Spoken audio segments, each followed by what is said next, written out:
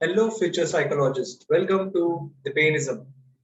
आज के सेशन में हम लोग अभी डिस्कस करने वाले हैं कि क्या क्या इंपॉर्टेंट चैप्टर्स जो आपको साइकोलॉजी बोर्ड एग्जाम्स के लिए प्रिपेयर करने चाहिए और कुछ इंपॉर्टेंट लिस्ट ऑफ क्वेश्चंस जो आप लोग डेफिनेटली एक बार अच्छे से प्रिपेयर करके जाइए। So as far as the weightage of individual chapters is concerned, so first जो 4 चैप्टर्स हैं उनका वेटेज सबसे मैक्सिमम है, एंड विद ऑप्शन देखा जाए तो और भी मैक्सिमम है, जिसमें इंटेलिजेंस एंड पर्सनालिटी का वेटेज 17 मार्क्स है and without options 12 marks each है। And psychology and scientific discipline 10 marks, cognitive process 10 marks.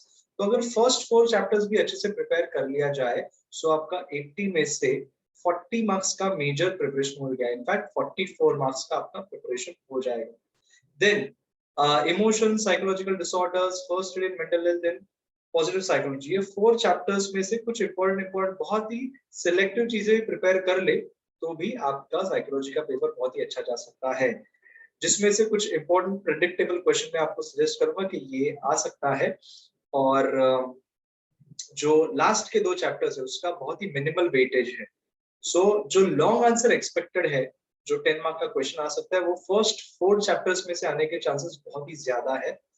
And जो इम्पोर्टेंट कुछ क्वेश्चन लिस्ट जो मैं आपको दे रहा हूँ, ऑब्वियसली क्वेश्चन लिस्ट ऐसा नहीं है कि just analysis is just a prediction, but जरूरी नहीं है कि इसी में से आए।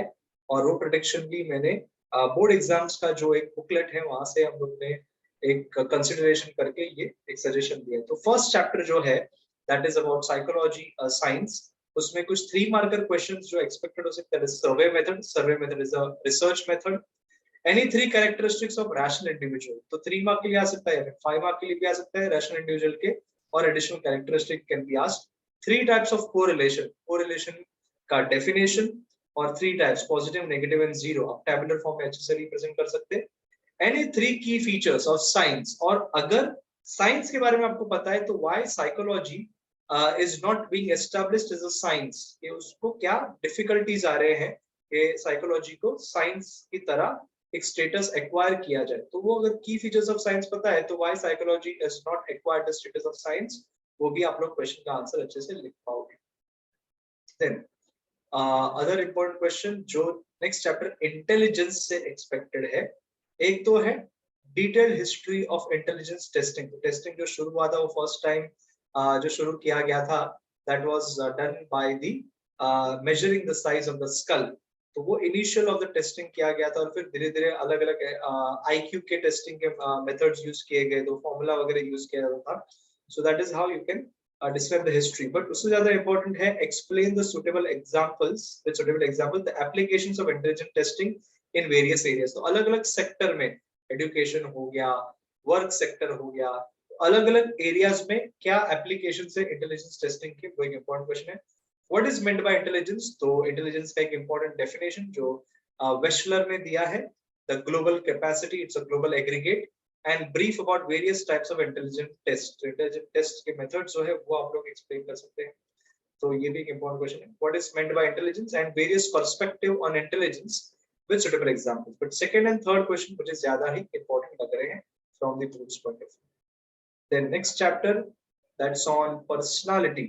पर्सनालिटी में ये 10 मार्क का क्वेश्चन मुझे बहुत ज्यादा इंपॉर्टेंट लग रहा है, the big 5 factor model of personality. और इसमें आपको याद रखना है ocean that is the big 5 factor, है ना। तो ये इंपॉर्टेंट क्वेश्चन है, और साइंटिस्ट के नाम वगैरह के साथ आपको ये अच्छे से प्रिपेयर करना है। Explain the factors affecting personality, ये भी एक इंपॉर्टेंट फैक्टर, इंपॉर्टेंट क्वेश्चन हो सकता है। फैक्टर्स जो है जहाँ पे जेनेटिक इन्फ्लुएंस हो, फैमिली हो, पीयर ग्रुप हो, फ्रेंड्स हो, फिजिकल एबिलिटीज हो, तो ये सब चीजों का एक इंपॉर्टेंट क्वेश्चन है जो मैंने उसमें वीडियो भी बनाया और उसमें एक शॉर्टकट ट्रिक भी दी है। What is meant by personality? Explain various methods for the measurement of personality। तो पर्सनालिटी मेजर करने के लिए हम लोग अलग अलग टाइप के टेस्टिंग जो यूज करते हैं वो भी यहाँ पे आ जाएगा, जहाँ पे ऑब्जेक्टिव टेस्ट हो गए, प्रोजेक्टिव टेस्ट हो गए, तो वो सब पर्सनालिटी टेस्टिंग के मेथड्स हो गए। Then next important question from the cognitive processes chapter. तो ये 3 मार्कर क्वेश्चन है, span of attention, division of attention, classical conditioning theory of learning, learning by operant conditioning, learning by assimilation and accommodation. जिसमें से मुझे ये दोनों ये important लग रही है। अटेंशन पे तो आप लोग एक लॉन्ग आंसर ही प्रिपेयर कर लोगे, एंड वंस आप लोग एक लॉन्ग आंसर प्रिपेयर कर लोगे तो आपका ये सब चीज भी हो जाएगा।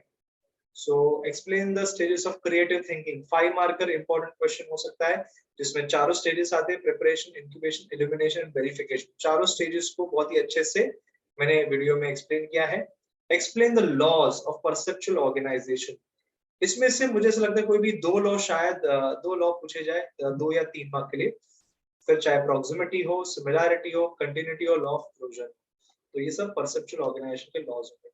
Explain the core elements of thinking, mental representation, concept, schema and language.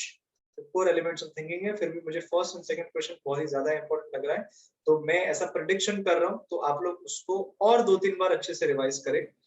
और अभी जो भी आप लोग प्रिपरेशन करें तो हर पार्ट में कुछ सब पॉइंट्स लिखोगे। प्रिपरेशन स्टेज में आप लोग 2-3 पॉइंट क्या लिखोगे, इंक्यूबेशन में क्या लिखोगे, इल्यूमिनेशन में क्या, वेरिफिकेशन, तो 3-3 एक मेजर कीवर्ड्स ढूंढ लो, और फिर अगर चारों को कंबाइन कर ले तो 4 3 12 पॉइंट्स हो गए, तो ऑटोमेटिकली आपका आंसर काफी अच्छे से प्रिपेयर हो जाएगा। तो अभी समराइज कर लीजिए फटाफट जितना टाइम आपके पास अवेलेबल है। Then 5 marker question from the chapter emotions. Explain the response technique of anger management, that is consulting the family members, engage, talk with the other party, active listening, speaking assertively। तो ये points के ऊपर respond technique of anger management है। और anger management पे और एक question भी है जो एक्सपेक्टेड हो सकता है। एंगर मैनेजमेंट पे और एक क्वेश्चन जो है, explain the reassessment technique of anger management, taking responsibility for your anger, changing the direction of thoughts, developing empathy, using compassion. तो ये सब टेक्निक्स ऑफ एंगर मैनेजमेंट है, reassessment technique. Then explain the benefits experienced by an individual who is high on emotional wellbeing. तो ये गलत ही आ गया, ये वापस से वो गलत पॉइंट्स के ऊपर है। तो explain the benefits explain by individual who is high on emotional wellbeing, तो उससे बेनिफिट्स क्या-क्या होंगे तो आपको लिखने। बट एंगर मैनेजमेंट डेफिनेटली एक इंपॉर्टेंट क्वेश्चन मुझे बोर्ड एग्जाम्स के लग रहा है, तो ये डेफिनेटली आपको एक बार प्रिपेयर करना चाहिए, अच्छे से करना चाहिए। देन फ्रॉम साइकोलॉजिकल डिसऑर्डर्स, जो 3 मार्कर क्वेश्चंस हैं उसमें से बहुत ही इंपॉर्टेंट जो मुझे लगता है that is mental wellness. Mental wellness का आप लोग अच्छे से डेफिनेशन प्रिपेयर करोगे, एंड मेंटल वेलनेस गुड है या पुअर है वो एक कंटिन्यूम स्केल होता है। Then phobia, intense irrational fear of certain objects और सिचुएशन और ऑर्गेनिजम्स, वो एक फोबिया हो जाएगा। It's type of anxiety disorder आपको मेंशन करना है। डिप्रेसिव डिसऑर्डर, ये भी एक इंपॉर्टेंट लग रहा है। तो डिप्रेसिव डिसऑर्डर के मैंने अच्छे से सिम्टम्स वगैरह डिस्कस किए हैं, डिप्रेशन क्या होता है वो डिस्कस किया है। 3 stages of post traumatic stress disorder, ये तो मुझे 5 स्टार क्वेश्चन लग रहा है, ये डेफिनेटली मुझे एक्सपेक्टेड लग रहा है। तो 3 स्टेजेस जो है that is the shock stage, suggestible stage and recovery stage. This are 3 stages. Generalised anxiety disorder, तो जनरली सब चीजों में एंजाइटी फील करना, तो ये जनरलाइज्ड एंजाइटी हो गया। बाइपोलर, बाइपोलर भी इजी है।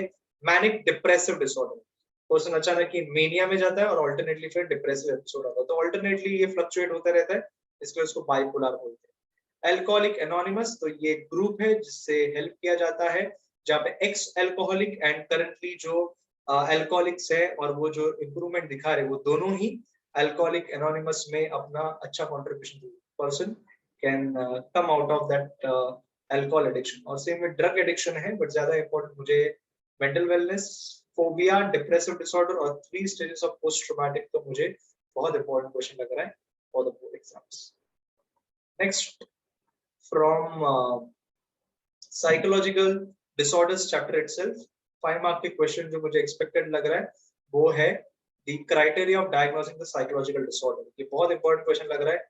ये 5 इसके जो पॉइंट्स है, clinically significant syndrome, distress and impairment, dysfunction, social और cultural deviant behaviour is not a sign of mental disorder. तो ये जो 4 मेजर क्राइटेरियाज हैं ये बहुत ही इंपॉर्टेंट है for diagnosing a psychological disorder. Explain positive symptoms of schizophrenia. Schizophrenia मुझे 10 मार्क के लिए आ सकता है। स्किज़ोफ्रेनिया का मीनिंग स्प्लिट माइंड, साइंटिस्ट का नाम ब्लूलर, यूजीन ब्लूलर। उसके अलावा पॉजिटिव सिम्टम्स भी है, नेगेटिव सिम्टम्स भी है। पॉजिटिव सिम्टम्स में क्या-क्या पर्सन में चीजें ऐड होंगी और नेगेटिव सिम्टम्स में क्या-क्या चीजें निकल जाएगी। तो hallucination, delusions, disorganised speech, incongruent effect, तो ये सब कुछ पॉजिटिव सिम्टम्स है। स्किज़ोफ्रेनिया को एक्सप्लेन करना है, पॉजिटिव सिम्टम्स बताना है। Describe post traumatic stress disorder. तो हम लोग ने ऑलरेडी एक स्टेजेस पे तो कर ही लिया है एक आंसर, और मीनिंग कर लो कि अगर 3 days to 1 month तक था तो अक्यूट था, but when it goes beyond 1 month तो it is becoming post traumatic stress disorder, जहाँ पे फ्लैशबैक्स आते हैं और बहुत ही ट्रॉमेटिक सीवियर इवेंट रहेगा, then the person is not able to cope. तो PTSD and criteria for diagnosing psychological disorders बहुत ही इंपॉर्टेंट क्वेश्चंस लगे हैं। स्किज़ोफ्रेनिया ओवरऑल इंपॉर्टेंट है, साइकोलॉजिकल डिसऑर्डर 10 मार्क के लिए आ सकता है। And from the next chapter that is first aid in mental health, what are the causes of anxiety disorder. तो कॉजेस में मल्टीफैक्टोरियल है, जेनेटिक कॉजेस हो सकते हैं, फैमिली हिस्ट्री हो सकते हैं, तो कॉजेस के बारे में हो गया। एंड 4-7-8 ब्रीदिंग टेक्निक जो एक बॉक्स में दिया हुआ है टेक्स्ट में, कि जब भी इनहेल करना है तभी फॉर 4 सेकंड तक इनहेल करना है, 7 तक होल्ड करना है और 8 तक एक्सहेल करना है। सो ये breathing technique is helpful to cope up with anxiety, to cope up with depression. तो ये रिलैक्सेशन टेक्निक हो गया। Then first aid in mental health, ये जनरल क्वेश्चन है, 3 मार्क्स के लिए है कि क्या क्या फर्स्ट एड क्यों जरूरी है। Just like physical health requires some first aid, even mental health के लिए there are some methods required so that mental health can be maintained well. So ये 3 मार्क के क्वेश्चन है। ये लास्ट के चैप्टर्स को एकदम लास्ट में आप प्रिपेयर करें, मेन फर्स्ट 6 टॉपिक्स पे फोकस करें, एंड फर्स्ट 4 बहुत इंपॉर्टेंट है। एंड लास्ट चैप्टर जो है उसमें जो क्वेश्चन है 3 marks each, that is life about zero. ये इंपॉर्टेंट है, एक तो लाइफ बिलो जीरो होता है, life about zero and life at zero. Neutral है, अबाउट जीरो तो पॉजिटिव एस्पेक्ट्स है, बिलो जीरो तो नेगेटिव एस्पेक्ट्स है। Types of resilience, resilience means bouncing back, तो ये बहुत ही इंपॉर्टेंट क्वेश्चन है। And last but not the least, mindful meditation. So mindfulness मतलब माइंड को फिल करना विद पॉजिटिव थॉट्स और गाइड करना फॉर रिलैक्सेशन। तो this are some of the very important questions जो बोर्ड एग्जाम्स में एक्सपेक्टेड हो सकते हैं। I wish good luck to all the future psychologist, and I hope जितना भी एफर्ट्स हम लोग ने मिलकर लिया है, it turns out to be beneficial for each and every one of you. That's all from Dipainism. God bless you.